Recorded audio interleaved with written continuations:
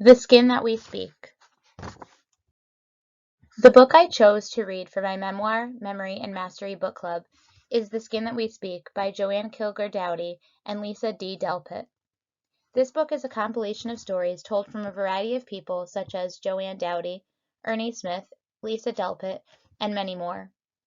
The purpose of this book was to bring attention to situations and issues in which people have found themselves due to being judged or treated differently because of their language. With the population of the U.S. increasing in diversity over time, language reflects cultural identity in that we have many cultures and languages represented in our nation. Therefore, we should accept them and grow to value them equally. Just take Joanne Kilgour Dowdy's story as an example. Her native language was Trinidadian, but her mother insisted she speak the Queen's English without her native Trinidad dialect. This caused Joanna to grow up thinking that she needed to conform and speak one certain way and give up on her native accent to fit in with society. A dominant language was interpreted as privilege, since some people, like singers, politicians, and television stars, were able to speak Trinidadian, but newspapers were published in English. English was seen as the dominant language. Without realizing it, people may be pushing the idea that all people should speak one similar language, one that is decided by power. There are several different ways that educators can ensure success of culturally and linguistically diverse students.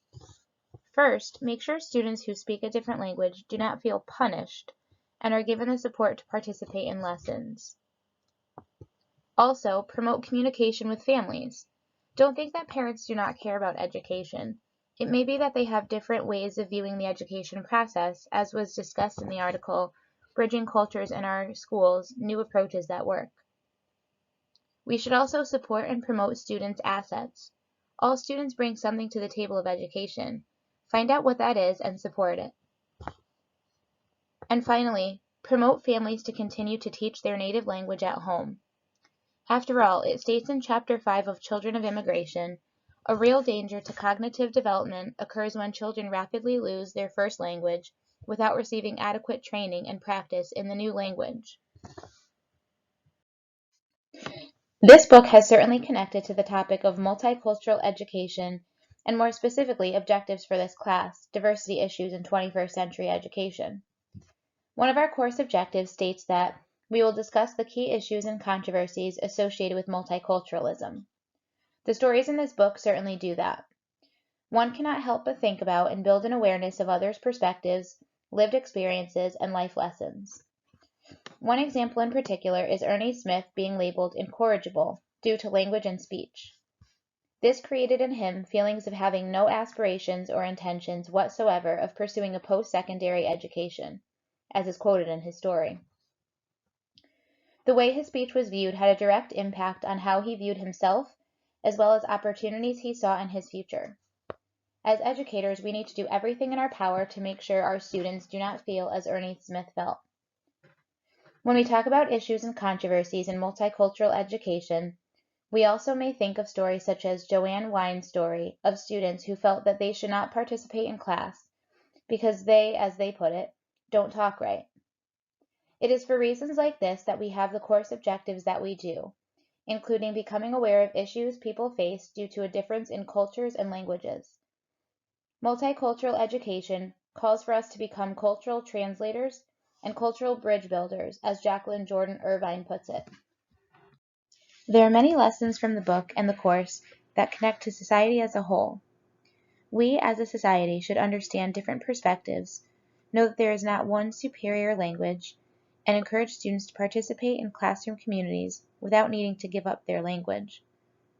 We should also not judge others by how they speak and should make connections of students' languages with English in the classroom in a variety of ways, including through environmental print and supporting and learning about students' cultures. One of the quotes that stopped me in my tracks from The Skin That We Speak was said by Ilya Prigogine, which said, "The world is richer than it is possible to express in any single language." While I did and still do consider myself to be an empathetic person, this book brought more perspectives to my attention, ones which we might not have otherwise heard.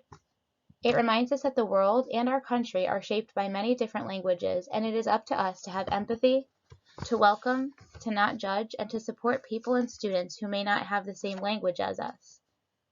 This book also reminds us that there is no right language. I have learned to consider the voices of the people throughout this book and relate them to my students, past, present, and future, to understand their perspectives and support them to the best of my ability. It will continue to be helpful to keep up to date on the demographic changes and new findings in ELL education.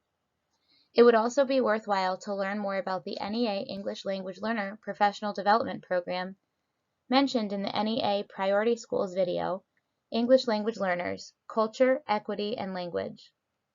This program directly connects to messages in The Skin That We Speak.